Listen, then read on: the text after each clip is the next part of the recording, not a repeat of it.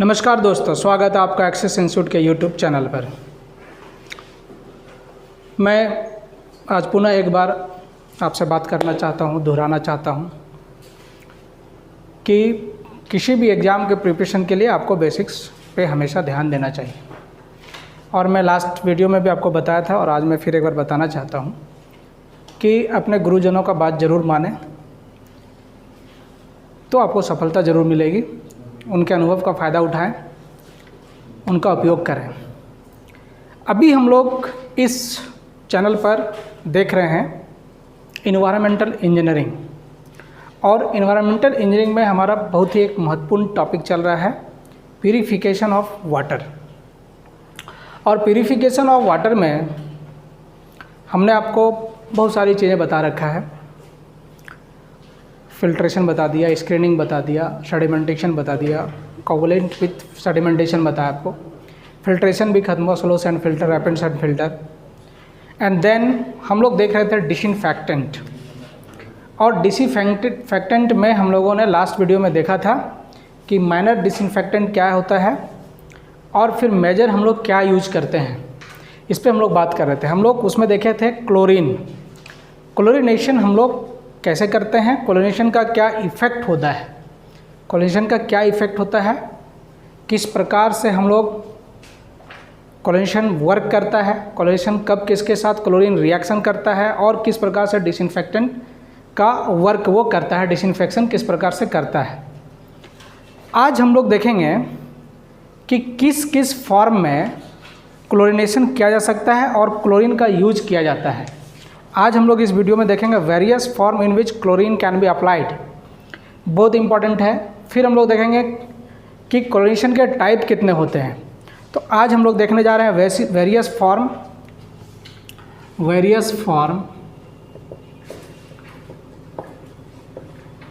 In which chlorine is applied. हम लोग देखेंगे कि किस किस फॉर्म में क्लोरीन को हम लोग अप्लाई कर सकते हैं। अब देखिए, इसमें बहुत सारा फॉर्म है। पहला दो फॉर्म है, एक क्लोरीन फॉर्म है ना, यानी फ्री क्लोरीन जिसको बोलते हैं हम लोग। तो देखिए, फ्री क्लोरीन पहला। फ्री क्लोरीन में हम लोग जो यूज़ करते हैं that is the form of liquid form of chlorine और gaseous form of chlorine, right. जो फ्री क्लोरीन होगा इसमें हम लोग दो फॉर्म में यूज करते हैं, गैसियस और liquid form. And second one is combined chlorine. Combined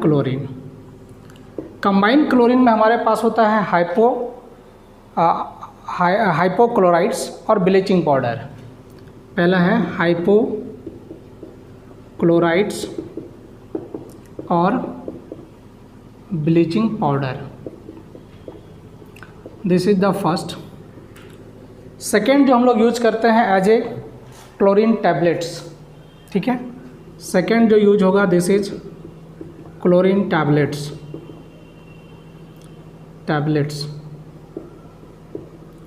third जो हम लोग यूज करते हैं क्लोरीन टैबलेट्स के बाद क्लोरोएमिन्स, या फिर इसको हम लोग कंबाइंड क्लोरीन भी बोल सकते हैं या अमोनिया एच क्लोरीन बोल सकते हैं। तो यहाँ पर हम लिखते हैं क्लोरोएमिन्स, बाद में मैं डिस्कस करूँगा।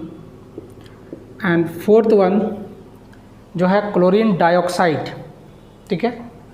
Last one, fourth one chlorine dioxide. So we have mainly 4 types of way जिसमें हम लोग क्लोरीन का यूज कर सकते हैं एज ए कंबाइंड क्लोरीन, है ना। हम क्लोरीन का यूज दो प्रकार से करते हैं, एक फ्री क्लोरीन के फॉर्म में करते हैं। फ्री क्लोरीन कहने का मतलब है गैसियस और लिक्विड फॉर्म में करते हैं। और दूसरा है कंबाइंड क्लोरीन। कंबाइंड क्लोरीन्स में हमारा हाइपोक्लोराइड्स और bleaching powder. Second one is chlorine tablets, third one is chloramines and fourth is chlorine dioxide. So we have mainly 5 types of chlorine which can be applied in water as a disinfectant. हम लोग एक एक करके समझेंगे इसमें कि क्या है। सबसे पहले हम लोग समझते हैं गैसियस और लिक्विड फॉर्म। हमने लास्ट क्लास में बताया था कि क्लोरीन का जो डोज होगा, जो सबसे लास्ट टॉपिक था हमारा, उसमें मैंने बताया था आपको कि क्लोरीन का जो डोज होता है वो डोज इस प्रकार से होना चाहिए कि 0.2 milligram per litre residual chlorine water में अवेलेबल होना चाहिए, ताकि फर्दर कंटामिनेशन से हम लोग बच सकते हैं। आज हम लोग देख रहे हैं, अभी पहले फ्री क्लोरीन के फॉर्म में देख रहे हैं, मतलब क्लोरीन गैस और क्लोरीन लिक्विड या लिक्विड क्लोरीन, है ना, गैसियस क्लोरीन और लिक्विड क्लोरीन, ये हमारा पहला फॉर्म है। देखिए क्लोरीन गैस जो होता है ये ग्रीनिश कलर का होता है, ठीक है, ग्रीनिश कलर का होता है। आपका जो क्लोरीन गैस होता है ये ग्रीनिश कलर का होता है, ठीक है। और इसका स्मेल अगर समझें हम लोग तो इसका स्मेल उस प्रकार का होता है जैसे अंडा अगर सड़ जाए और उसको आप जब फोड़ते हैं तो जिस प्रकार का स्मेल आता है, सच टाइप ऑफ स्मेल इज यानी पंजेंट स्मेल आता है इसमें, है ना। तो ये ग्रीनिश कलर का होता है। ये एक्चुअली क्या होता है कि 2.5 टाइम्स हैवियर होता है एयर से, ठीक है, 2.5 टाइम्स हैवियर देन एयर। चूँकि गैस है इसलिए एयर के रिस्पेक्ट में हम लोग यहाँ पर इसका वेट देख रहे हैं। ये 10 डिग्री सेंटीग्रेड पर, at 10 degree centigrade it is soluble 1% in water. Water में इसकी सॉल्युबिलिटी 1% होता है अगर टेम्परेचर आप 10 डिग्री मेंटेन करते हैं तो, ठीक है। And on increase the temperature, the solubility will be decreases. ये सिंपल कॉन्सेप्ट है केमिस्ट्री का कि किसी भी जब भी टेम्परेचर आप इंक्रीज करेंगे तो जो गैस का सॉल्युबिलिटी है वो डिक्रीज होता है, ठीक है ना, गैस लॉ में आप देखे होंगे। And at 40 degree centigrade it is 0.6% soluble in water. Water में ये 0.6% सॉल्युबल होता है। जब इसी गैस को, है ना, जब इस गैस को ही, इस क्लोरीन गैस को 700 kilo newton per metre square pressure पे, 700 kilo newton per metre square pressure पे अगर हम लोग प्रेशर अप्लाई करते हैं, है ना, इस गैस में प्रेशर अप्लाइड हम कितना कर रहे हैं, प्रेशर अप्लाइड अगर मैं करता हूँ 700 kilo newton per metre square, है ना, क्या कह रहा हूँ कि जब हम लोग 700 kilo newton per metre square pressure apply करेंगे क्लोरीन गैस में, then it will be convert into liquid chlorine या लिक्विड फॉर्म, ठीक है।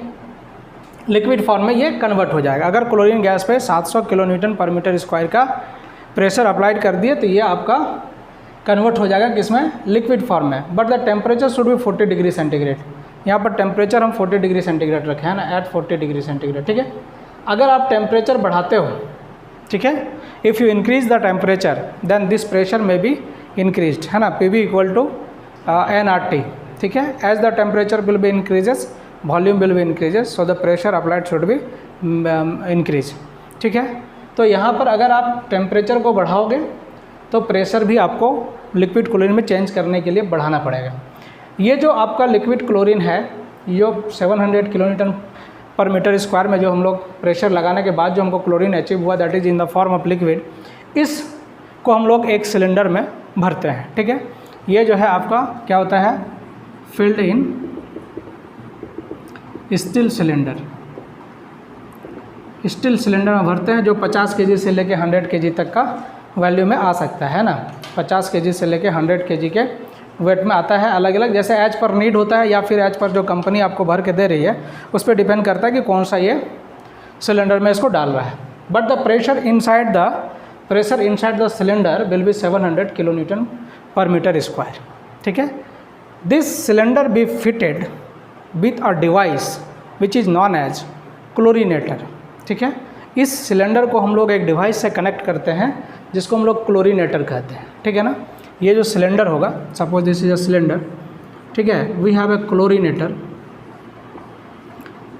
क्लोरीनेटर, इससे हम लोग फिक्स करते हैं इसको, इसमें इसको लगाते हैं।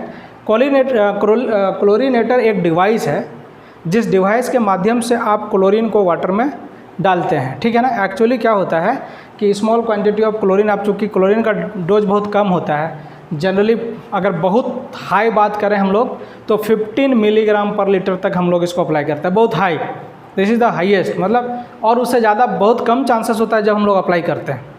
तो 15 मिलीग्राम पर लीटर आपको बहुत कम करना है, तो हम लोग क्या करते हैं, इस क्लोरीनेटर के माध्यम से क्लोरीन को आते हैं, उसको वाटर के साथ मिक्स करते हैं, और वो मिक्स को हम लोग फिर वाटर में, जो रॉ वाटर या जिधर सप्लाई इंड है हमारा, उसमें हम लोग भेजते हैं। तो क्या होगा कि जब इस क्लोरीनेटर से इस सिलेंडर को आप यहाँ पर फिट करते हैं, तो क्या होगा कि जब इसको ओपन करेंगे आप, when it will be open then the pressure will be release, ठीक है। जैसे आप ओपन करेंगे तो प्रेशर जो होगा वो रिलीज होगा ऑब्वियसली, क्योंकि आप प्रेशर लगा के आप उसको फिल किया है, तो ऑब्वियसली जैसे आप ओपन करेंगे तो प्रेशर रिलीज होना शुरू होगा, क्योंकि वॉल्यूम बढ़ना शुरू हो जाएगा। And pressure is inversely proportional to volume, तुम लोग जानते हो, this is the Boyle's law, ठीक है ना। As per Boyle's law pressure is inversely proportional to volume at the constant temperature, constant temperature पे ये होता है, ठीक है। तो यहाँ पर जैसे ही ओपन होगा सिलेंडर, तब volume will be increases and the pressure will be release. तो जैसे प्रेशर रिलीज होना शुरू होगा, then this liquid chlorine will be change into gaseous form, because this remain in gaseous form at 700 kilonewton per meter square pressure. The as well pressure will be released, then chlorine gas liquid will be changed into gaseous form, and that gas will be mixed with water. That gas will be mixed with water. Water के साथ mix होना शुरू हो जाएगा, और फिर water के साथ आप उसको जहाँ डालना है, जहाँ आपको सप्लाई करना है, वहाँ पर आप भेजते जाते हैं। But the problem is that कि अगर टेम्परेचर हमारा 10 डिग्री सेंटीग्रेड से नीचे हो गया, ठीक है ना, if the temperature go below 10 degree centigrade, अगर हमारा टेम्परेचर 10 डिग्री सेंटीग्रेड से नीचे चला गया, if temperature is less than 10 degree centigrade, ठीक है। तो अगर हमारा टेम्परेचर 10 डिग्री सेंटीग्रेड से चला गया, तो क्लोरीन के साथ एक प्रॉब्लम ये है, लिक्विड क्लोरीन के साथ ये प्रॉब्लम है कि liquid chlorine will be change into फॉरेजन element, फॉरेजन compounds, फॉरेजन मतलब क्रिस्टल फॉर्म में चला आएगा, है ना। If temperature less than 10 degree centigrade, chlorine be changed into फॉरेजन, ठीक है, फॉरेजन कंपाउंड में चेंज होने लगेगा, ठीक है। फॉरेजन क्या होगा, क्रिस्टल फॉर्म में होगा, फॉरेजन मीन्स क्रिस्टल फॉर्म में, ये क्रिस्टल फॉर्म में होगा, बहुत important point, this is the important point. तो जब ये क्रिस्टल फॉर्म में चेंज होना शुरू होगा, तो this crystal will be chalk the pipeline, जो जिस पाइप से ये आ रहा था, क्लोरीन लिक्विड हमारा बाहर आ रहा था, ये क्या करेगा, this will B chalk the pipeline को चॉक करेगा, राइट। और फिर हमको फर्दर क्लोरीन प्रोवाइड करने में दिक्कत होने लगेगा। So it should be always kept the temperature approx 40-45 degree centigrade, है ना। आप अब चाहते हैं कि इसको अप्लाई करें हम लोग, तो बेस्ट टेम्परेचर जो होगा, है ना, so temperature should B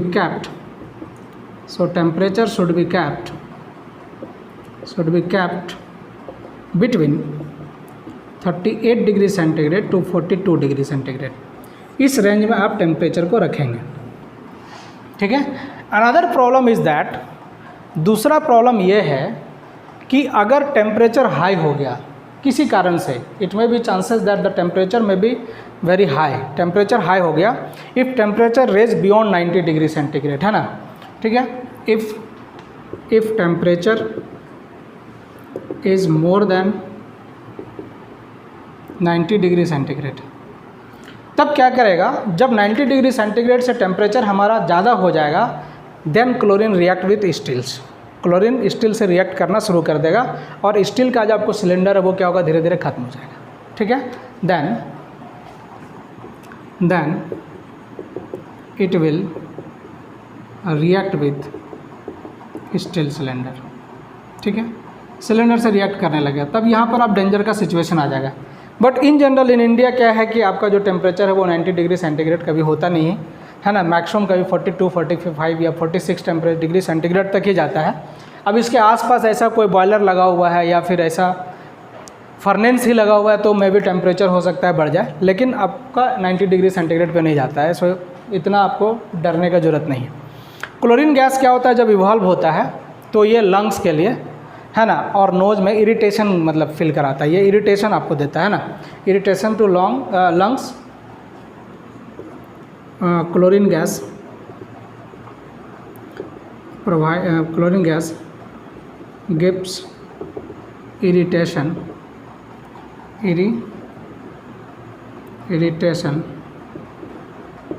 to lungs और मेम्ब्रेन्स। ठीक है ना, आपको ऐसा लगेगा मतलब इरिटेट आप होने लगेंगे, है ना। तो जब इरिटेट होने लगेंगे, मेम्ब्रेन्स ऑफ नोज कर देंगे तो अच्छा रहेगा, मेम्ब्रेन्स ऑफ नोज। तो आप जैसे ही क्लोरीन गैस रिलीज होगा, आपको ये पता चल जाएगा कि क्लोरीन गैस रिलीज हो गया, क्योंकि आपको इरिटेशन फील होना, माथा दर्द करने लगेगा या मतलब इस तरह का सिचुएशन आ लगेगा, आपको अच्छा नहीं लगने लगेगा, तो आपको समझ में आ जाएगा कि क्लोरीन गैस रिलीज हो रहा है। But not dangerous to health के लिए डेंजरस नहीं है। 10 ppm से ही आपको 10 ppm अगर क्लोरीन गैस निकल रहा है तो आपको पता चल जाएगा कि मतलब क्लोरीन गैस निकल रहा है, आपको इरिटेशन फील होने लगेगा। 20 ppm अगर निकलने लगा, 20 ppm आने लगा तो आपको और ज़्यादा पता चल जाएगा, थोड़ा सा आपको और ज़्यादा इरिटेशन फील होगा। But when it becomes 1000 ppm, है ना, अगर ये 1000 ppm हो गया और आप वहाँ चले गए तो फिर आप 5 मिनट्स में डेथ के करीब जा सकते हैं। ठीक है ना, ये तब डेंजरस है जब आपका 1000 ppm तक पहुंच गया एयर में। ठीक है, एयर में अगर 1000 ppm क्लोरीन गैस मिल गया तो फिर ये 5 मिनट में डेथ के करीब जा सकते हैं। लिक्विड क्लोरीन जो होता है, liquid chlorine is 1.5 times heavier than water. ठीक है, heavier than water, while gas is 2.5 times heavier than air. तो जब लिक्विड क्लोरीन आपका खुलेगा वो गैसियस फॉर्म में चेंज होगा, क्योंकि प्रेशर आपका रिलीज होना शुरू होगा, है ना।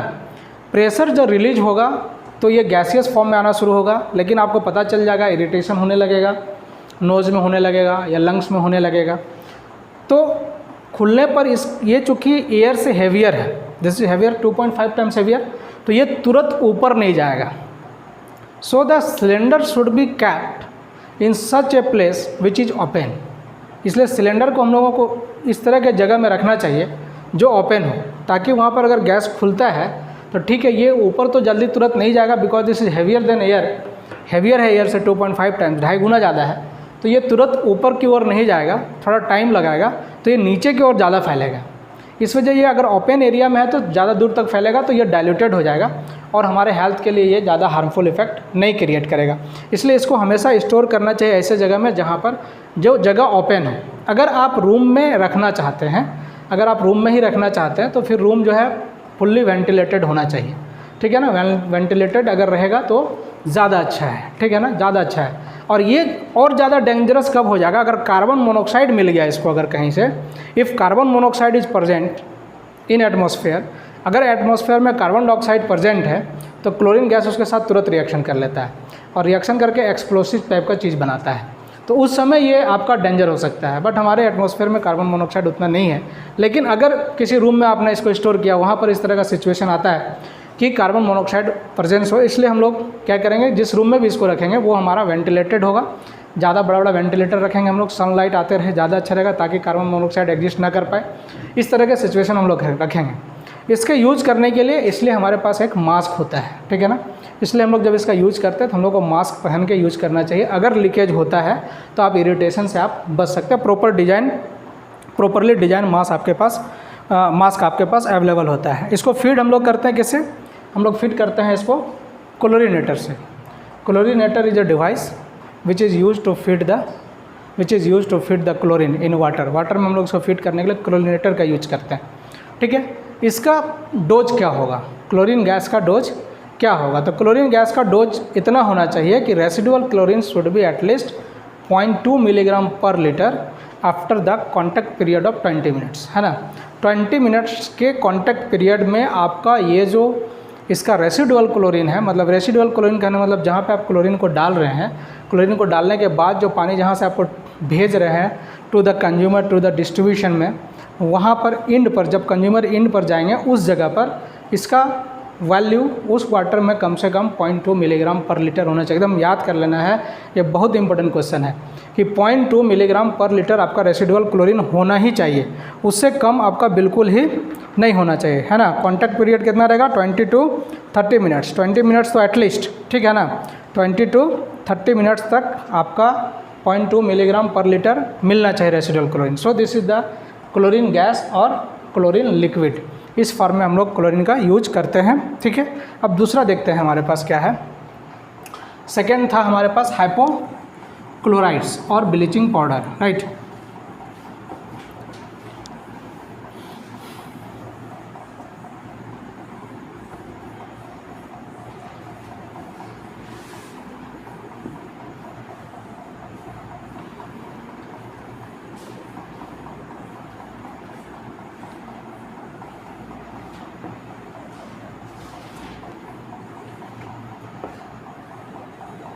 Second one is hypochlorites and bleaching powder.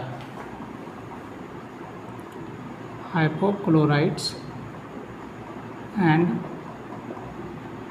bleaching powder.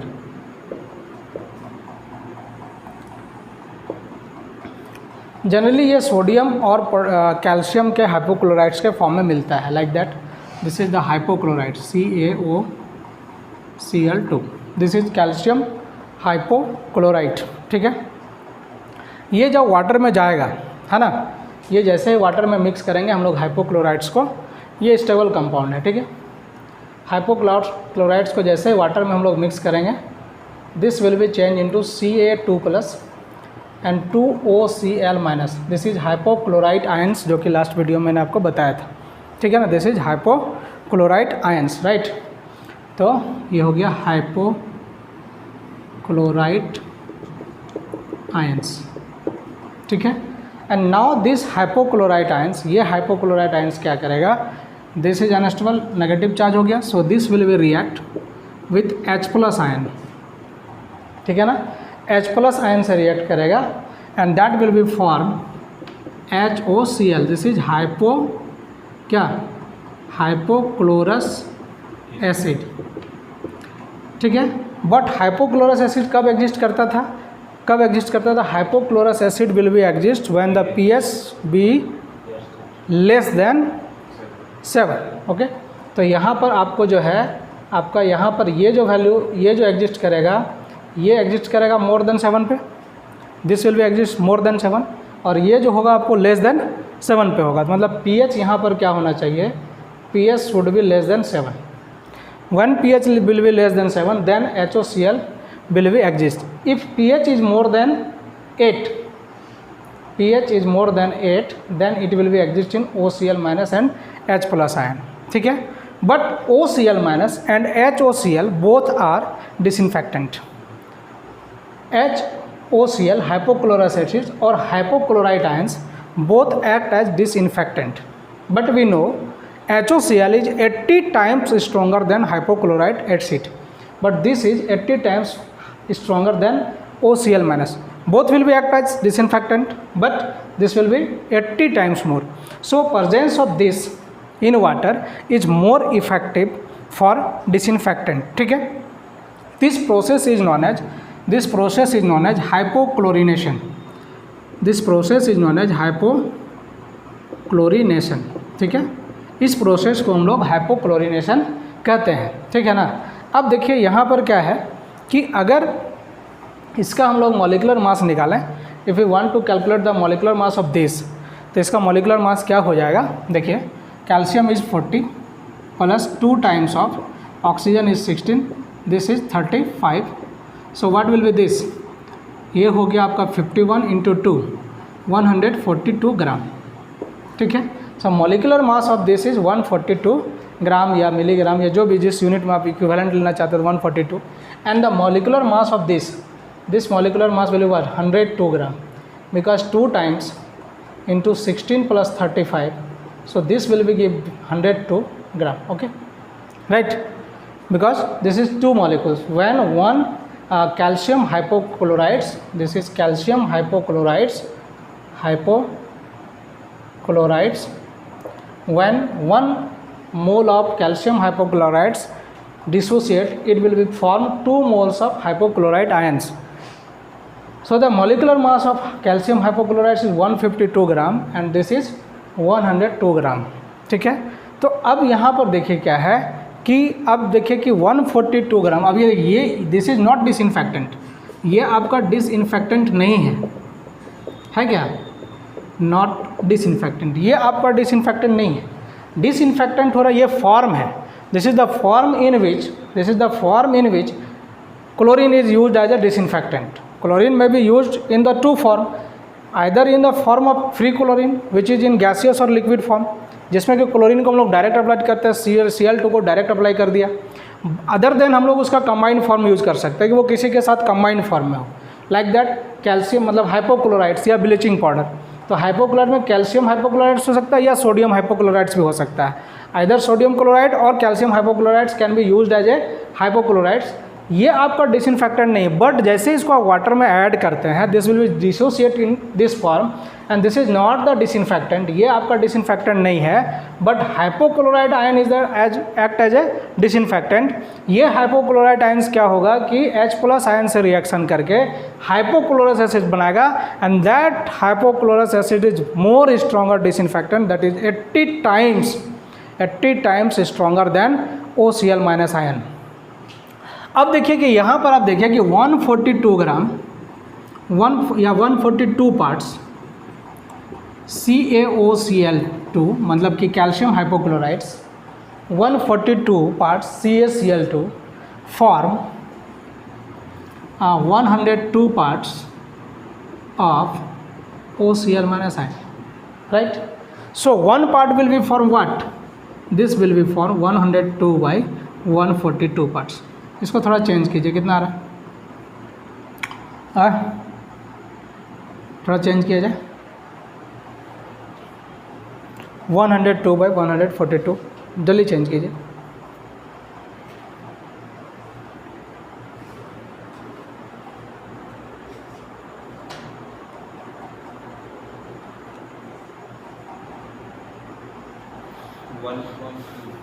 Hmm 0.718. So this is approximately 70%, right. नहीं, यानी कहने का मतलब क्या है कि जब आप 1 kg सपोज कीजिए आप कि अगर 1 kg आप हाइपोक्लोराइड्स वाटर में ऐड कर रहे हो तो सिर्फ उसका 700 ग्राम ही आपका एक्ट करेगा as a free chlorine. This is the form of free chlorine. This is the free chlorine. Free chlorine का मतलब क्या था? फ्री क्लोरीन का मतलब Cl2 भी था, फ्री क्लोरीन का मतलब OCl- भी था, फ्री क्लोरीन का मतलब HOCl भी था. इन तीनों को हम लोग फ्री क्लोरीन्स के नाम से जानते थे. तो कहने का मतलब अगर 1000 ग्राम या कोई 100 ग्राम CaOCl2 ऐड करेगा तो उसको सिर्फ 70 ग्राम ही क्लोरीन मिलेगा. मीन्स 70% इफ़िशेंसी इसका होगा. अगर आप चाहते हैं कि 0.7 मिलीग्राम पर लीटर हमें क्लोरीन की ज़रूरत है, इफ़ वी रिक्वायर्ड, समझिएगा क्वेश्चन न्यूमेरिकल बनेगा यहाँ से, if we required 0.7 milligram per litre of chlorine in water for complete disinfectant. मान लेते हैं किसी वाटर को डिसइंफेक्टेंट करने के लिए 0.7 मिलीग्राम हमको 1 लीटर में चाहिए क्लोरीन, ठीक है ना. Then we have to add 1 milligram. हम लोग को तब 1 मिलीग्राम कैल्शियम हाइपोक्लोराइड्स ऐड करना पड़ेगा, नहीं. Then we have to add 1 milligram calcium hypochlorides, तब आपको 0.7 मिलीग्राम जो चाहिए था वो मिल पाएगा, नहीं. तो इस प्रकार से इसका जो इफ़िशेंसी है this is only 70% and remaining 30% जो होगा that will be create what? Ca+2 मिला है, मेटालिक आयंस है. This will react with OH और O and any others negative ions which is present in water, उससे ये रिएक्ट करेगा and that will be form precipitate sludge. सो जब आप ब्लीचिंग एज ए हाइपोक्लोराइड्स का यूज करते हैं, आप हाइपोक्लोराइड्स का यूज करते हैं इसमें डिसइंफेक्टेंट के फॉर्म में, तो आपको जो है बहुत सारा क्या मिलता है? बहुत सारा आपको स्लज मिलता है. So you have to always clean the chamber. जहाँ पर आप इसका यूज कर रहे हैं वहाँ पर डायरेक्ट इसको बार बार आपको साफ़ करना पड़ेगा. So this is hypochlorides. ना other things is the bleaching powder. Bleaching powder इसका डोज समझ गए आप?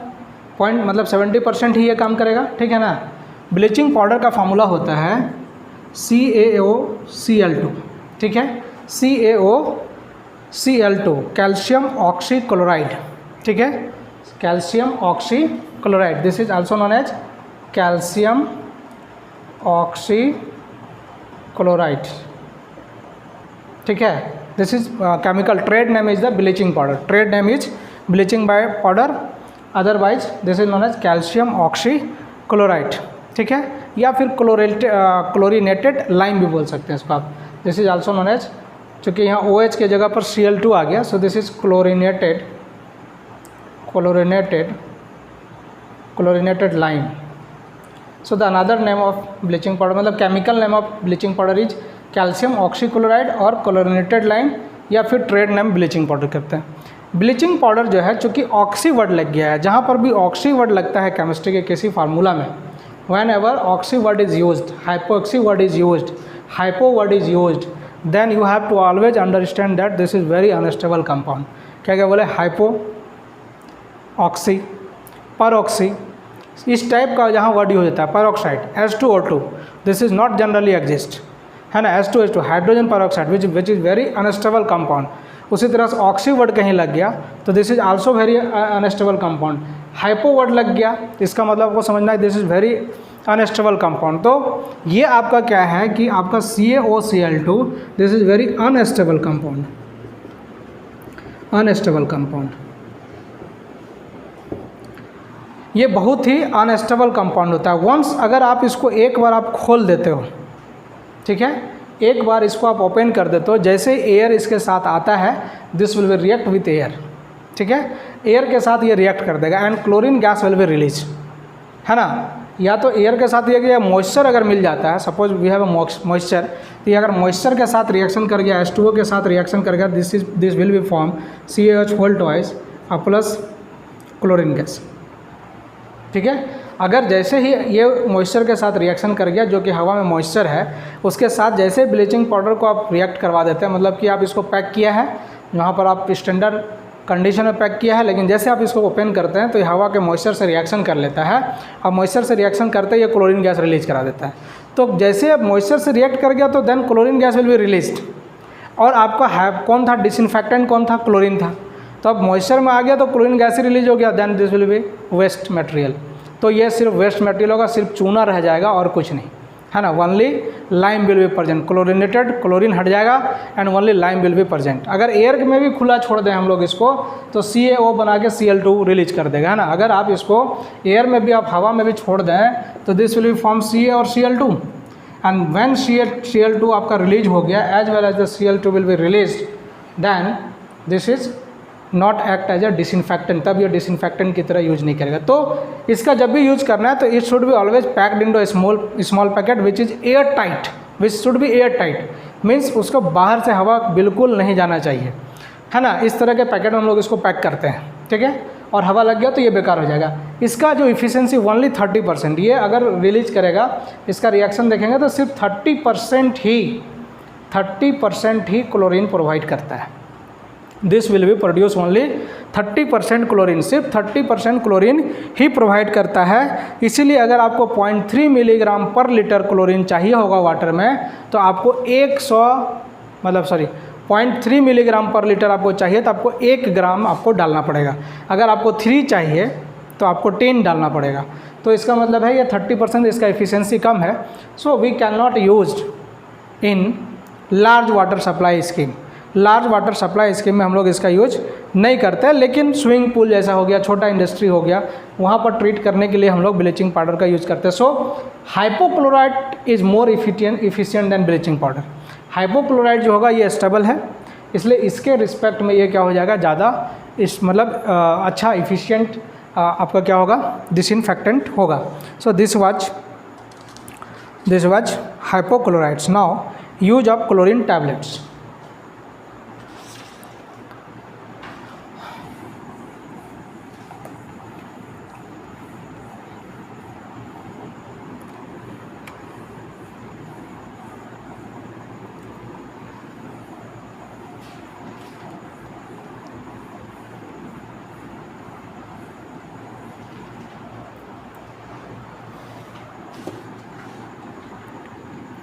यूज ऑफ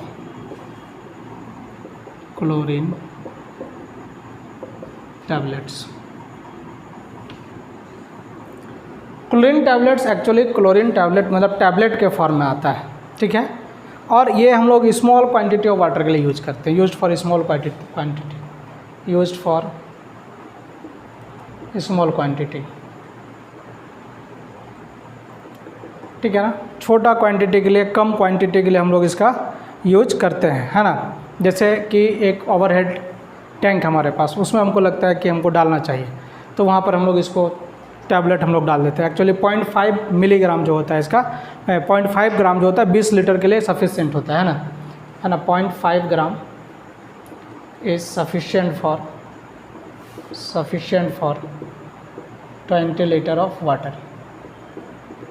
या ऐसा हो रहा है कभी कि वाटर बॉर्न डिजीज़ हो रहा है ना, ऐसा हो रहा है कि वाटर बॉर्न डिजीज़ हो रहा है लगातार, मतलब वाटर बॉर्न डिजीज़ किसी टाउन में, किसी कम्युनिटी में फैल रहा है, तो उस सिचुएशन में आप चाहते हैं कि बैक्टीरिया रीप्रोड्यूस ना हो, तो आप जैसे कि क्लोरीनेशन कर रहे हैं, उसके बाद भी लग रहा है कि बैक्टीरिया रीजनरेट हो सकता है, तो जब हम लोग डिस्ट्रीब्यूशन में जाएंगे और हम लोग कंज्यूमर एंड तक पहुंचेंगे, तो कंज्यूमर एंड के पहले हम लोग इस टाइप का टैबलेट को डाल देंगे, तो क्या होगा कि ये आपको वहाँ पर इफेक्टिवली वर्क करेगा। लेकिन ये एपिडेमिक कंडीशन या फिर वाटर बॉर्न डिजीज़ बहुत ज़्यादा फैल रहा है, उस सिचुएशन में यूज करते हैं, अदरवाइज इसका यूज हम लोग वाटर सप्लाई के लिए नहीं करते, क्योंकि ये कॉस्टली बहुत होता है, ठीक है ना। Now next one is use of chloramines.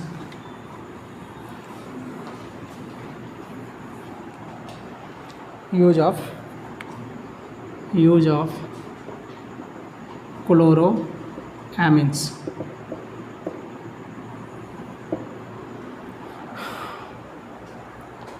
Chloramines के बारे में हमने लास्ट बात किया था कि क्लोरीन का वर्किंग एक्शन क्या होता है वाटर में, वो हम लोग बताए थे कि क्लोरोएमिन्स कहते किसको हैं। क्लोरोएमिन्स हमने आपको बताया था कि क्लोरोएमिन्स एक्चुअली ये है कि जब NH3Cl2 के साथ रिएक्शन करता है ना, ठीक है, when pH is more than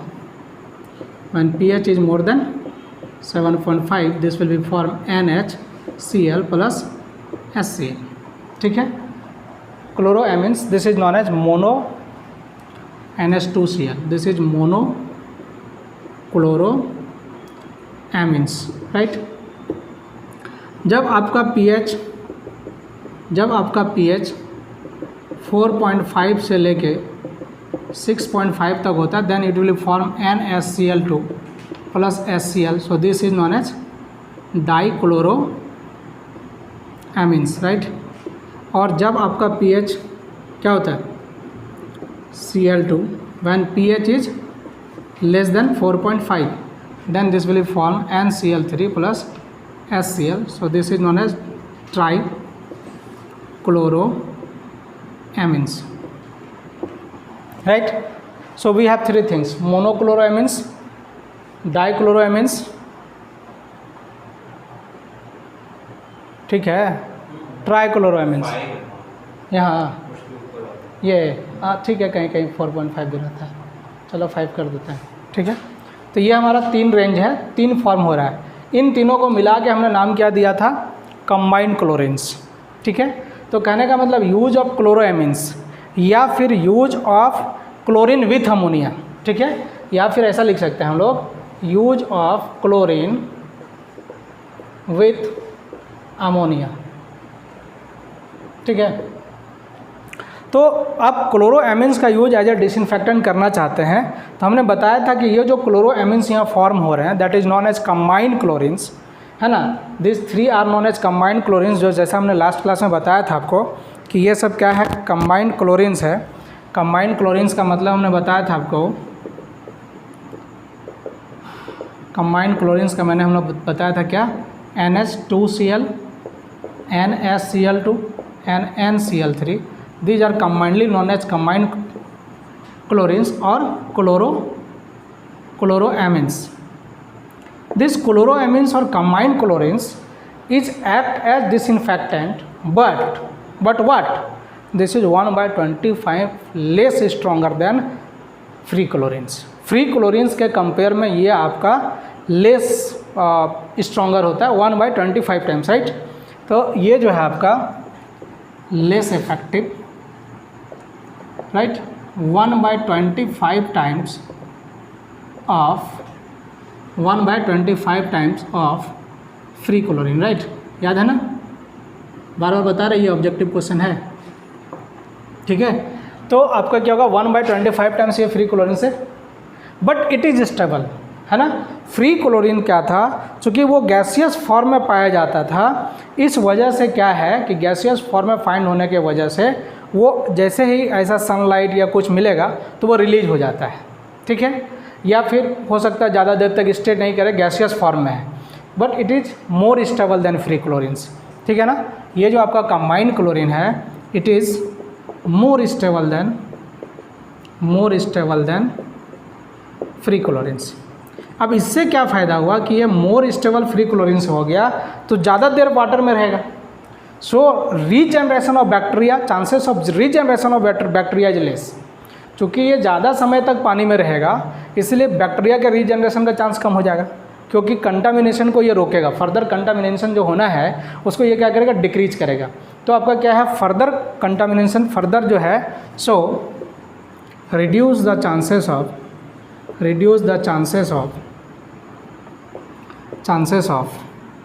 regeneration of what, generation of bacteria के रीजनरेशन के लिए आपका ये क्या होगा, चांसेस कम हो जाएगा।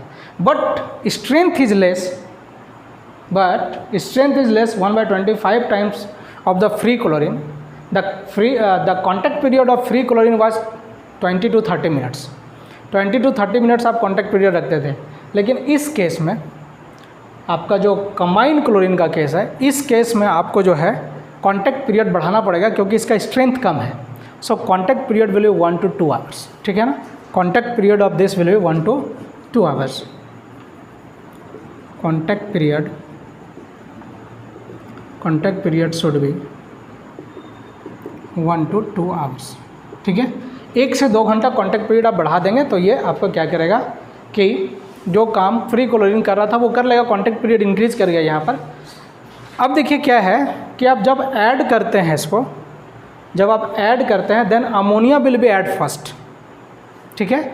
आप जब ऐड करेंगे तो अमोनिया पहले ऐड करेंगे, then chlorine will be add. दोनों का जो एडिंग डिवाइस होगा, जैसे क्लोरीनेटर होता है उसी तरह अमोनिया को ऐड करने के लिए क्लोरीनेटर टाइप का ही डिवाइस होता है, और क्लोरीन को ऐड करने के लिए आपके पास क्लोरीनेटर है ही। तो आप अमोनिया को अलग डिवाइस से फीड करेंगे और क्लोरीन को अलग डिवाइस से फीड करेंगे। First you have to feed the ammonia. Ammonia को फर्स्ट फीड होने से क्या होगा समझिए, ammonia should feed before chlorine.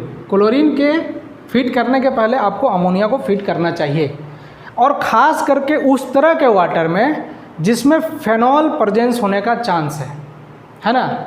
जब प्रेजेंस आपका फेनॉल का प्रेजेंस होने का चांस है तो आप अमोनिया को ऐसे भी हमेशा पहले फीड कीजिए, हो सकता है फेनॉल हो सकता है हो, या आप टेस्ट कर लेंगे तो पता चल जाएगा।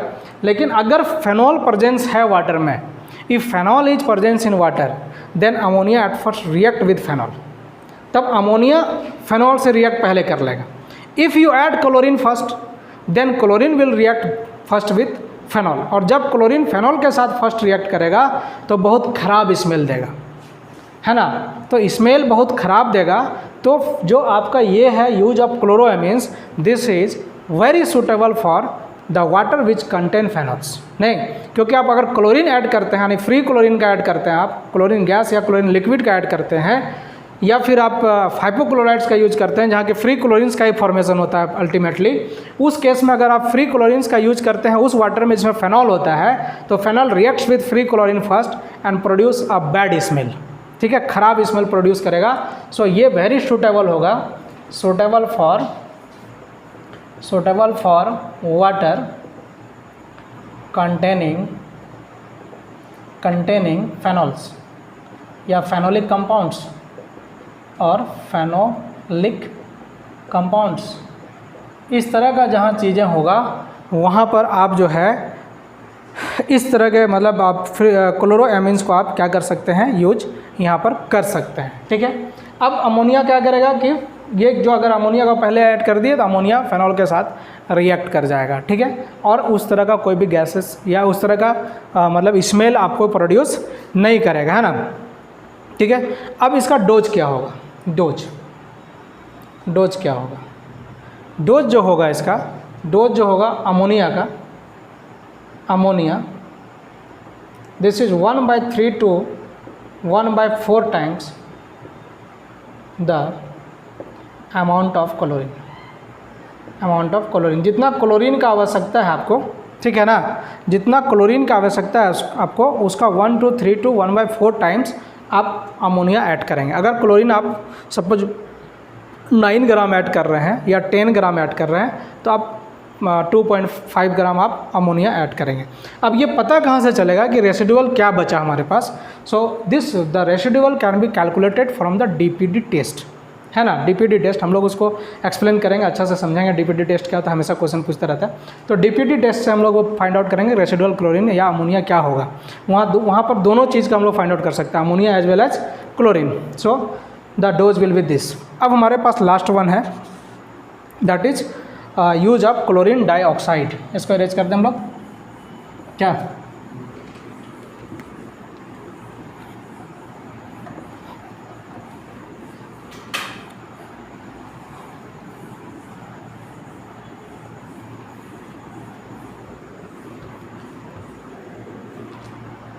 Use of chlorine dioxide, use of chlorine dioxide means ClO2, chlorine dioxide. ये जो एक्चुअली है ये बहुत स्ट्रॉन्ग होता है ना। ये 2.5 times stronger then free chlorine. जो फ्री क्लोरीन है आपका, देखिए क्या था, फ्री क्लोरीन 25 टाइम्स स्ट्रॉन्गर था क्लोरोएमीन से। Free chlorine is 25 times stronger than free amines, but this is 2.5 times stronger than chlorines, free chlorines। Free chlorine से इतना है, तो अगर हम लोग उसकी बात करें क्लोरोएमीन से तो ये 50 मतलब 62.5 टाइम्स स्ट्रॉन्गर देन क्लोरोएमीन्स हो जाएगा। नहीं, क्योंकि ये जो है आपका इससे इतना टाइम्स है और इससे 25 लेस है उससे, मतलब फ्री क्लोरीन जो है 25 टाइम्स है क्लोरोएमीन्स का ना। तो क्लोरोएमीन से ये कितना हो गया, कितना ज़्यादा हो जाएगा, है ना। तो इस प्रकार से ये बहुत स्ट्रॉन्ग होता है, लेकिन इसका बनाने की प्रक्रिया होता है। इसको हम लोग क्या करते हैं कि हम लोग क्लोरीन गैस को पास कराते हैं, chlorine gas is pass through. इसको हम लोग कैसे बनाते हैं, ये तुरंत बनता है कि हाईली अनस्टेबल होता है ना। Chlorine gas is pass through sodium chloride, sodium chloride, तो सोडियम क्लोराइड NaOCl2, ठीक है, this is the sodium chloride. Sodium chloride के साथ रिएक्शन कराएंगे, कुछ गलत लिख दिया लग रहा है, NaClO2, NaClO2 होगा सोडियम क्लोराइड, ठीक है। सोडियम क्लोराइड का जब रिएक्शन कराएंगे, क्लोरीन गैस है तो this will be form ClO2, chlorine dioxide, ठीक है। बैलेंस नहीं है, बैलेंस अब कर सकते हैं तो शायद ये बैलेंस हो जाए। अभी बैलेंस नहीं हुआ, नहीं हुआ है नहीं हुआ ना, तो और बनेगा ना, Na वाला भी छोटा हुआ है NaCl। अब बैलेंस कराएंगे, अभी भी नहीं हुआ है, this should be multiplied with 2, now अब हो गया। नहीं, तो देखिए ये जो बनता है क्लोरीन डाइऑक्साइड गैस एक्चुअली कब बनता है कि सोडियम क्लोराइड से जब हम लोग क्लोरीन को पास कराते हैं तो क्लोरीन डाइऑक्साइड गैस बनता है। ये हाईली अनस्टेबल होता है, इसलिए इसके बनते ही हम लोग तुरंत इसको हम लोग डायरेक्ट यूज करेंगे। This is highly unstable. ये हाईली अनस्टेबल होने की वजह से इसके बनते ही हम लोग क्या करेंगे, इसको फिट कर देंगे, मतलब ये बन रहा है और जा रहा है। So this will B costly. ये क्या हो जाएगा, बाकी जो भी आप कर रहे हैं, जो भी आप प्रोसेस यूज कर रहे हैं, कॉस्टली हो जाएगा। एक स्किल्ड आदमी का ज़रूरत पड़ेगा आपको यहाँ पर। अगर स्किल्ड आदमी नहीं रहेगा तो इसका यूज नहीं कर पाएंगे हम लोग, इसलिए इसका यूज हम लोग वाटर सप्लाई में नहीं करते। और ये हाई pH रेंज में भी काम करता है ना, इसका हाई pH रेंज में काम करता है, 6 to 8 pH वैल्यू आपका क्या होना चाहिए, 6 to 8 होता है। ये ऑर्गेनिक मटेरियल को पूरी तरह से डिस्ट्रॉय करेगा, ये कलर को पूरी तरह से डिस्ट्रॉय करेगा, बैक्टीरिया को भी पूरी तरह से डिस्ट्रॉय करेगा। जब फ्री क्लोरीन हमारा बैक्टीरिया को डिस्ट्रॉय कर पा रहा था, ये तो 2.5 टाइम्स है। It destroy bacteria, remove bacteria 100%, it remove organic compounds 100%, it removes colour 100%। The dose of this is, dose अगर देखें हम लोग, this is 0.5 to 1.5 milligram per liter. Dose of chlorine dioxide is 0.5 to 1.5 milligram per liter. So these are the form in which chlorine can be used as disinfectant. Now we have types of chlorination. ठीक है ना, हम लोग अब देखते हैं types of chlorination. This is very important topic now.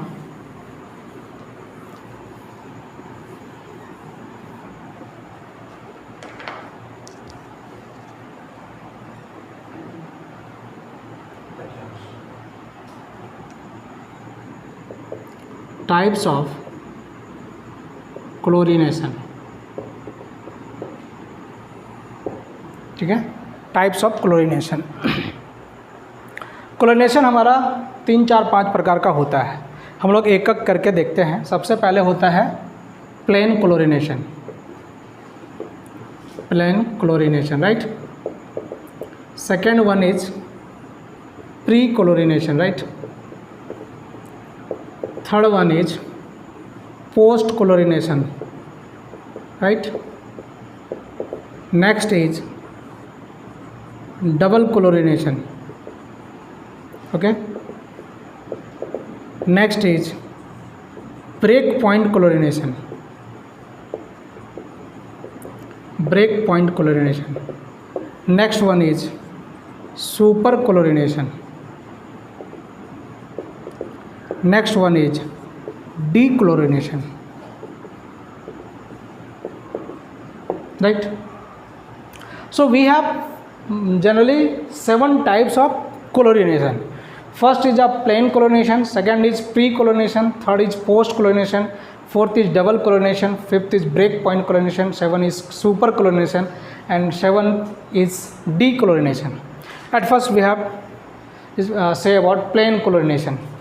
Plane chlorination का use हम लोग, प्लेन क्लोरीनेशन का मतलब समझिए. प्लेन क्लोरीनेशन का मतलब ये है कि क्लोरीनेशन के अलावा किसी प्रकार का ट्रीटमेंट वाटर के साथ नहीं किया गया है. Neither screening, sedimentation, filtration, coagulation, किसी भी प्रकार का कोई ट्रीटमेंट वाटर के साथ नहीं किया हुआ. ठीक है ना. No any treatment given to water. सिर्फ क्लोरीनेशन किए हैं, सिर्फ क्लोरीनेशन किए हैं, समझ रहे ना. Only chlorination is done. सिर्फ क्लोरीनेशन किए हैं और सिर्फ क्लोरीनेशन कर रहे हैं. Only remove the bacteria. ठीक है. हम क्या कर रहे हैं, प्लेन क्लोरीनेशन का मतलब क्या है कि क्लोरीनेशन के अलावा किसी प्रकार का हम लोग ट्रीटमेंट नहीं किए. तब कहाँ नहीं करेंगे हम लोग. सपोज हम लोग वाटर सप्लाई कर रहे हैं ट्यूबवेल से. ठीक है, हमारे पास ट्यूबवेल है, उससे वाटर सप्लाई कर रहे हैं. या वाटर सप्लाई कर हम लोग एक रिजर्वायर से जो बहुत ही क्लीन है, टाउन से बहुत दूर है, रिजर्वायर है, पूरी तरह से क्लीन है. मतलब टर्बिडिटी भी lies between 10 to 20 milligram per litre. Turbidity जो होगा यहाँ पर, टर्बिडिटी जो होगा ये क्या होगा, 10 to 20 मिलीग्राम पर लीटर होगा. ठीक है ना. उसके बीच में होगा तभी हम लोग कर सकते हैं. अब यहाँ पर ये क्या होगा, हम लोग यहाँ पर इसको कर क्यों रहे हैं, तो इसको रिमूव यूज कर रहे हैं. Remove bacteria, remove bacteria and colour, अगर है कलर तो. ठीक है. तो हम लोग क्या कर रहे हैं, सिर्फ प्लेन क्लोरीनेशन का यूज हम लोग करेंगे. हम लोग कहाँ करेंगे, जैसे लेक से ले रहे हैं पानी, एकदम क्लीन वाटर है, रिजर्वायर है, पूरा क्लीन है, कोई शहर का टाउन का कुछ उसमें नहीं जा रहा है. ट्यूबवेल से हम लोग वाटर सप्लाई कर रहे हैं, वहाँ करेंगे हम लोग. सिर्फ उस केस में हम लोग क्या करेंगे, जब कोई ट्रीटमेंट नहीं दिया जाएगा तो हम लोग सिर्फ डिसइंफेक्टेंट करेंगे पानी को और कंज्यूमर तक हम लोग भेज देंगे. ठीक है. इसका जो डोज होगा 0.5 milligram per litre. Dose is 0.5 milligram per litre, right. ठीक है. अब हमारा है प्री क्लोरीनेशन. प्री क्लोरीनेशन जो है इसको आप यूज कर सकते हैं बिफोर सेडिमेंटेशन या बिफोर फिल्ट्रेशन. ठीक है ना.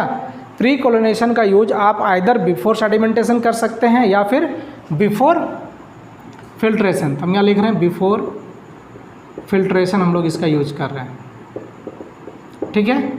इसका यूज करते समय हमेशा इस बात का ध्यान रखना है आपको कि इसका यूज इस प्रकार से हो कि 0.1 से 0.5 मिलीग्राम पर लीटर फिल्टर में आना चाहिए. ठीक है ना. समझ रहे हैं मैं क्या कर रहा हूँ, मतलब क्या कर रहा हूँ कि इसका यूज इस प्रकार से करना है कि 0.1 to 0.5 milligram per liter residual chlorine should come to filter के पास आना चाहिए. So it's dose will B high. नहीं, अब अगर आप चाहते हैं कि 0.1 से 0.5 मिलीग्राम आपका फिल्टर बेड पर आए तो आपको क्या करना होगा, डोज बढ़ाना पड़ेगा, तभी आएगा. तो इसका जो डोज होगा, dose is 5 to 10 milligram per litre. इसका जो डोज होगा that is 5 to 10 milligram per litre होगा. ठीक है. अब ये इसलिए होना चाहिए 0.1 to 0.5 ताकि आपका फ्यूचर में जो रिकंटामिनेशन का चांस है वो नहीं हो, तो फिल्टर से आगे निकलेगा तो मिलता रहेगा, है ना. अब पोस्ट क्लोरिनेशन आफ्टर फिल्ट्रेशन होगा. ठीक है. This will be after filtration जब हम लोग अगर क्लोरीन ऐड करते हैं तो ये क्या होगा, आपका क्या होगा कि आपका पोस्ट क्लोरिनेशन कहलाएगा.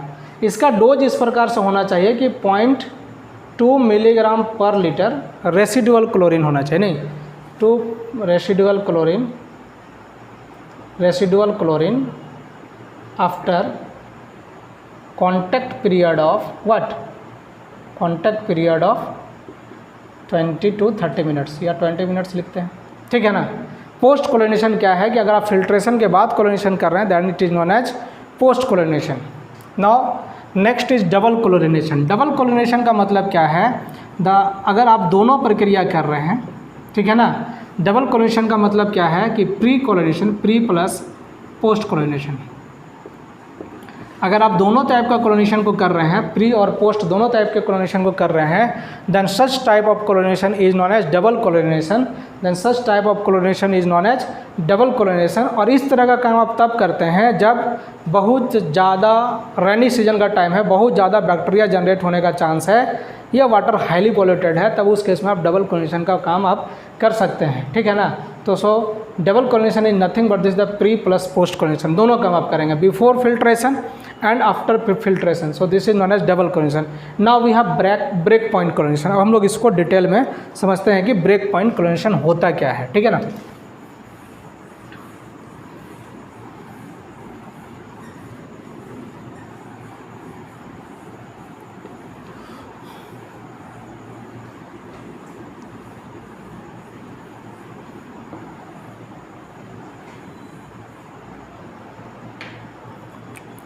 Break point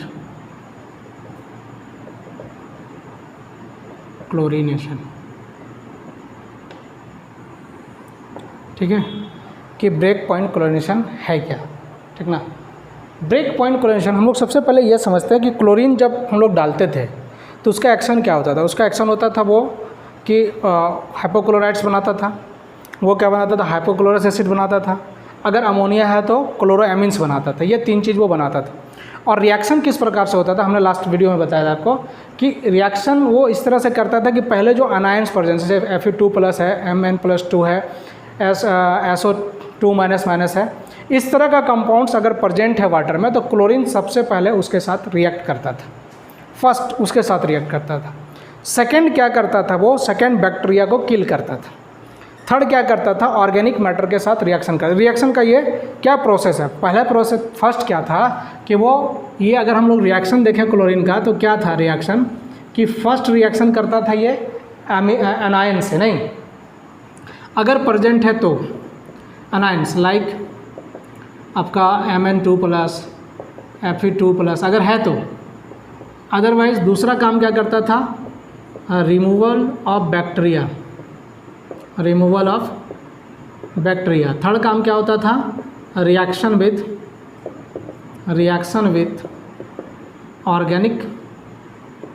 organic compounds.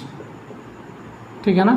ये 3 तरह का रिएक्शन क्लोरीन करता है जब वाटर में जाता है. तो फर्स्ट रिएक्शन क्या होगा, ये अमोनिया के अनायंस के साथ रिएक्शन करेगा. सेकेंड रिएक्शन क्या होगा, बैक्टीरिया को हटाएगा नहीं, बैक्टीरिया के साथ रिएक्ट करेगा.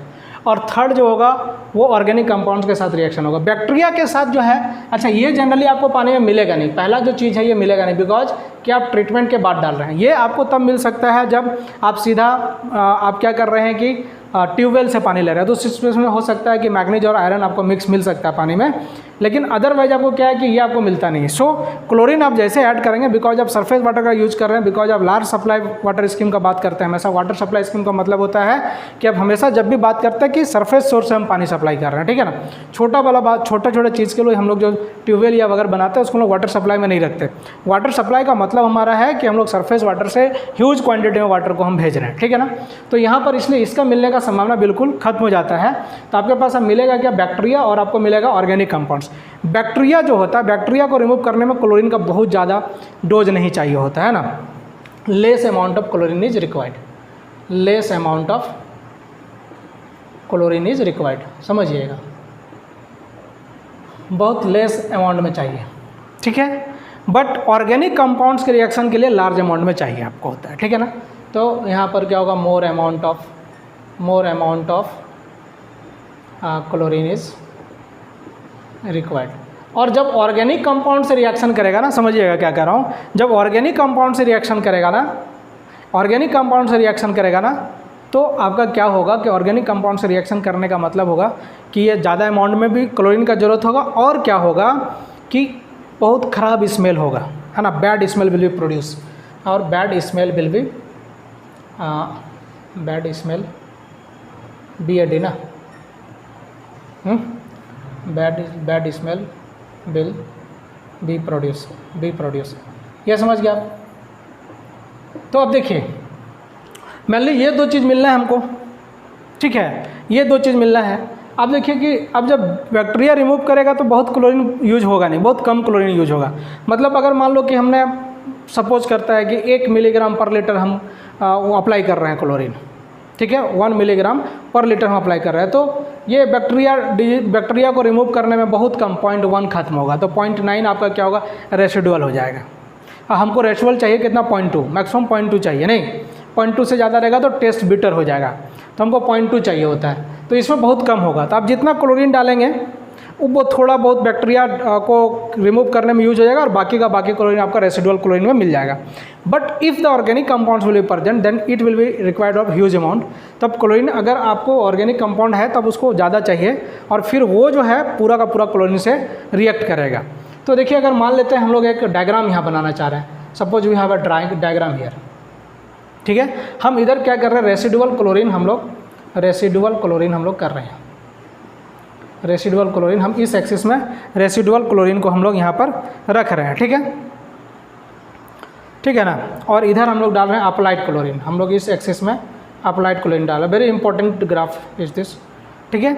अब हम एक ऐसा वाटर का बात कर रहे हैं जो बैक्टीरिया फ्री है, हम एक ऐसा वाटर का बात कर रहे हैं जो ऑर्गेनिक कंपाउंड से फ्री है, हम एक ऐसा वाटर का बात कर रहे हैं जो एनाइन से भी फ्री है। समझ रहे हैं ना बात मैं क्या कर रहा हूँ, कि एक ऐसा वाटर हमारे पास है जो इन तीनों से फ्री है। सपोज कीजिए आप थोड़ा देर के लिए, means ideal situation, then how much chlorine will be added, all the amounts will as a residual chlorine. मतलब जितना क्लोरीन हम डालेंगे उतना क्लोरीन हमको वापस मिल जाएगा, क्योंकि ये तीनों में से कोई नहीं है। तो अगर हम यहाँ पर एक ग्राफ ड्रॉ करना चाहें अप्लाइड का, रेसिडुअल का, दिस विल बी सेम। अगर यहाँ हमने 2 मिलीग्राम डाला है तो यहाँ पे 2 मिलीग्राम वापस आ जाएगा, यहाँ पर अगर 4 डाला है तो 4 मिलीग्राम वापस आ जाएगा, 3 डाला है तो सो ये क्या एक इमेजिनरी लाइन हो गया, ओके, इमेजिनरी लाइन हो गया, ठीक है। एक ऐसा लाइन हो गया जिसको मतलब आप सोच नहीं सकते, मतलब कि फॉर प्योर वाटर कह सकते हैं आप, ऐसा वाटर कि जिसमें कोई तरह का बैक्टीरिया नहीं था, कोई तरह का एनायंस नहीं था, कोई तरह का ऑर्गेनिक कंपाउंड्स नहीं था। इस तरह का एक हम लोग यहाँ पर सोच लिया, एक हमने इमेजिन लाइन सोचा, यानी कह सकते हैं कि प्योर वाटर है, एकदम प्योर है। समझ रहे हैं ना बात, this is a pure water, right. अब हम इस पे नहीं जाते हैं, ये आपका 45 डिग्री पे होगा। क्यों 45 डिग्री पे होगा बोलिए, क्योंकि आप जितना डालें उतना डालें, मतलब स्लोप विल बी कांस्टेंट 1 हो जाएगा स्लोप, क्योंकि जितना आपने ऐड किया एक्स में उतना ही वाई में आ जाएगा आपको, तो slope will be 1, so theta will be 45 degree. Now we consider कि अब इसमें कुछ बैक्टीरिया है, ठीक है ना। अब हम ऐसा कंसिडर कर रहे हैं कि अब जो इस वाटर में हम क्लोरीन को ऐड करना चाह रहे हैं उसमें बैक्टीरिया भी है, तो some chlorine will be used as removal of bacteria, कुछ क्लोरीन जो है आपका बैक्टीरिया के रिमूव करने में खर्च हो जाएगा। लाइक दैट कि हम यहाँ पर अब क्लोरीन ऐड कर रहे हैं तो हमको रेसिडुअल क्लोरीन वो नहीं मिलेगा जितना हम यहाँ पर डाल रहे हैं। क्या कर रहे हैं, समझ रहे हैं कि अब जितना अप्लाइड कर रहे हैं वो हमको रेसिडुअल नहीं मिला, देखिए उससे नीचे होने लगा, नहीं मीन्स अब ये जो यहाँ पर जो कम होने लगा, क्लोरीन जो घट रहा है, रेसिडुअल उतना नहीं मिल रहा है, वो क्लोरीन का यूज कहाँ हो रहा है, उस क्लोरीन का यूज हो रहा है टू रिमूव द बैक्टीरिया, उस क्लोरीन का यूज हो रहा है बैक्टीरिया को रिमूव करने में। Suppose this line comes to this point B and this is O, तो ओ बी लाइन रिप्रेजेंट कर रहा है कि क्लोरीन जो यूज हुआ है ना, ओ बी लाइन जो है ये use chlorine to remove bacteria, bacteria को रिमूव करने में हमने क्लोरीन का यूज कर दिया। समझ रहे ना बात। अब मान लेते हैं, अब देखिए यहाँ पर अगर बैक्टीरिया के अलावा कुछ नहीं होता, ध्यान दीजिए मैं क्या कह रहा हूँ कि अगर बैक्टीरिया के अलावा कुछ नहीं होता then this line goes like to this, इस तरह से जाते रहता, नहीं क्योंकि ज़्यादा यूज तो होता नहीं, सिर्फ बैक्टीरिया को रिमूव करना है, अगर बैक्टीरिया के अलावा कुछ नहीं। बट अब हम कंसीडर कर लिए कि बैक्टीरिया के अलावा ऑर्गेनिक कंपाउंड्स है, तो सीरीज ऑफ रिएक्शन किस तरह से आप समझ रहे हैं, सीरीज ऑफ रिएक्शन है पहले अनाइन से, फिर बैक्टीरिया रिमूवल, फिर ऑर्गेनिक कंपाउंड से रिएक्शन। तो अब यहाँ पर बैक्टीरिया रिमूव करने के बाद अगर ऑर्गेनिक कंपाउंड्स प्रेजेंट है then we required of huge quantity of chlorine, तो हमको ज़्यादा क्वांटिटी में ऑफ क्लोरीन चाहिए। तब उस सिचुएशन में आप देखेंगे कि रेसिडुअल क्लोरीन आपका बिल्कुल घटने लगेगा। क्यों घटने लगेगा? क्योंकि बहुत ज़्यादा अमाउंट में आपको क्लोरीन का रिक्वायरमेंट है for the removal of organic compounds. तो यहाँ पर देखिए आपका residual chlorine will be very reduce, एकदम रैपिडली रिड्यूस होने लगेगा, नहीं रेसिडुअल क्लोरीन जो है आपका वो एकदम कम होने लगा, देखिए घटने लगा, ये ऊपर जा रहा था बट डिक्रीज होना शुरू हो गया। इसका मतलब है कि यहाँ पर वह पॉइंट आ रहा है जहाँ पर आपका ऑर्गेनिक मैटर से रिएक्शन कर रहा है। किससे रिएक्शन कर रहा है? Organic matter. जो लाइन बी सी हमारा है, लाइन बी सी जो हमारा है, b c suddenly residual chlorine reduces due to a reaction with what? Reaction with organic compound। Organic compound से रिएक्शन होने के वजह से ऐसा हो रहा है।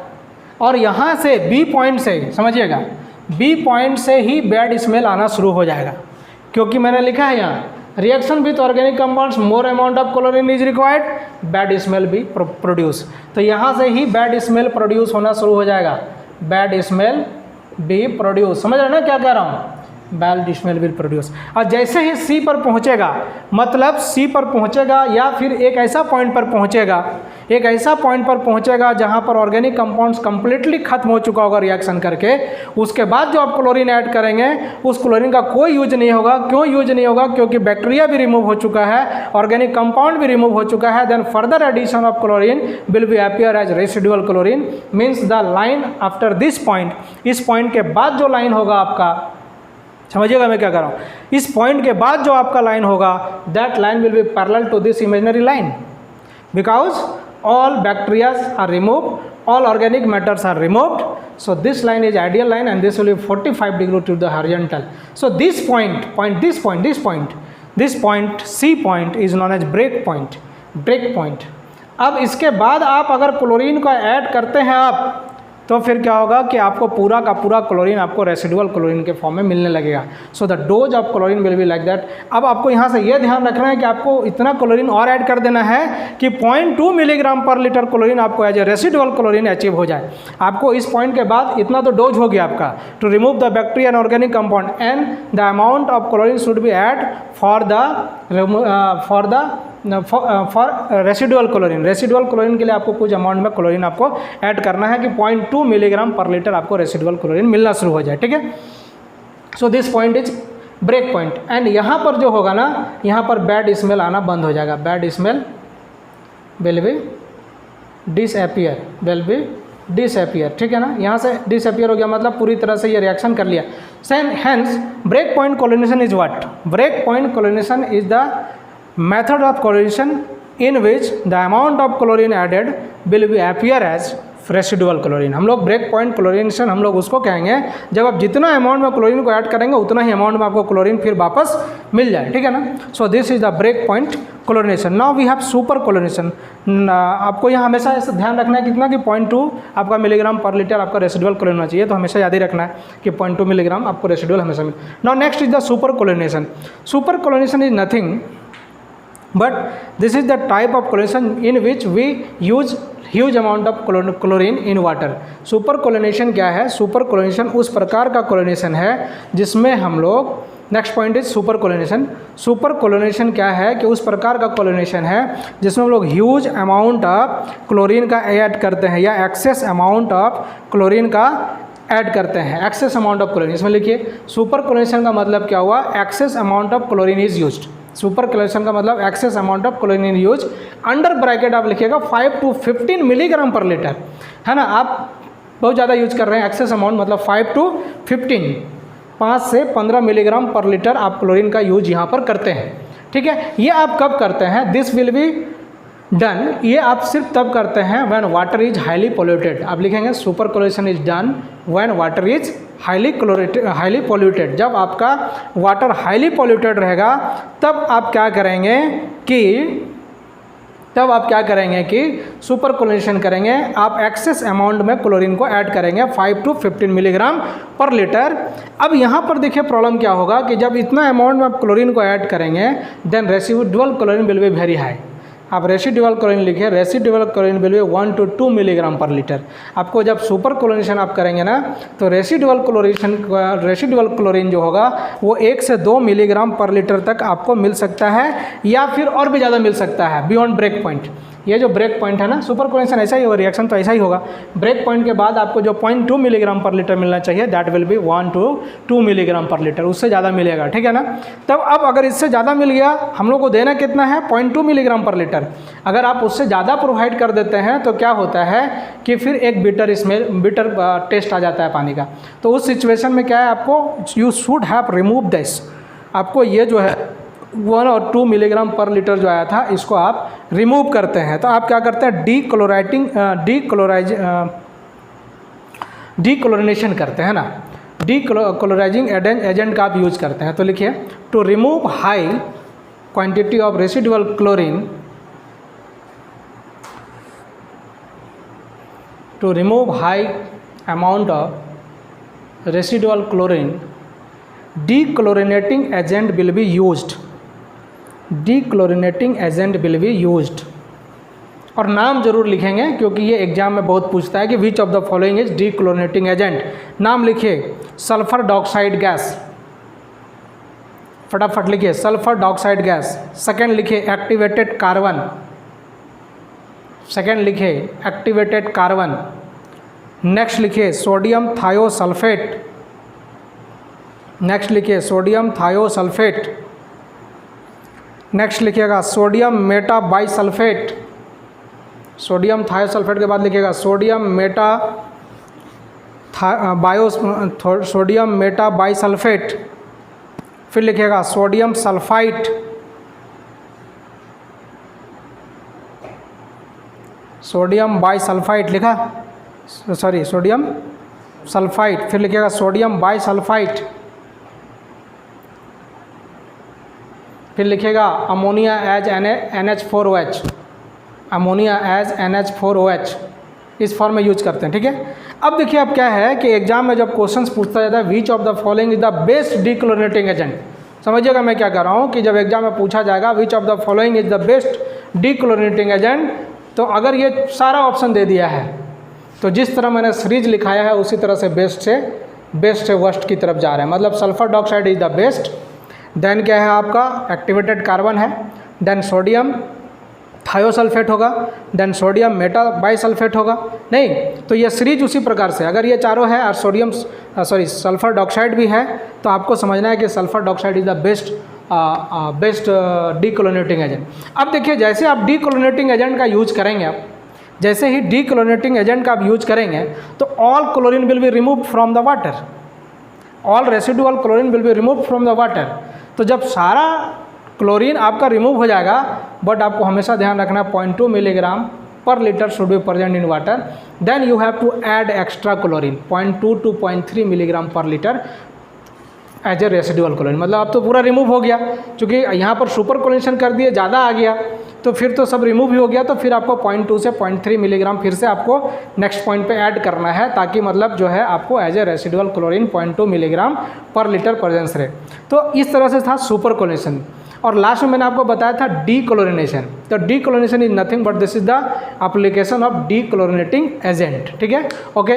तो दोस्तों आज का वीडियो हमारा यहाँ तक रहेगा। हमने आप देखा कि किस प्रकार से क्लोरीन का किस फॉर्म में यूज करते हैं, टाइप ऑफ क्लोरिनेशन क्या होता है। नेक्स्ट वीडियो में आपको लेकर आऊँगा test of chlorine residual chlorine residual को किस प्रकार से टेस्ट करते हैं ये बताएंगे। आप जुड़े रहिए हमारे साथ, लगे रहिए हमारे साथ। नमस्कार।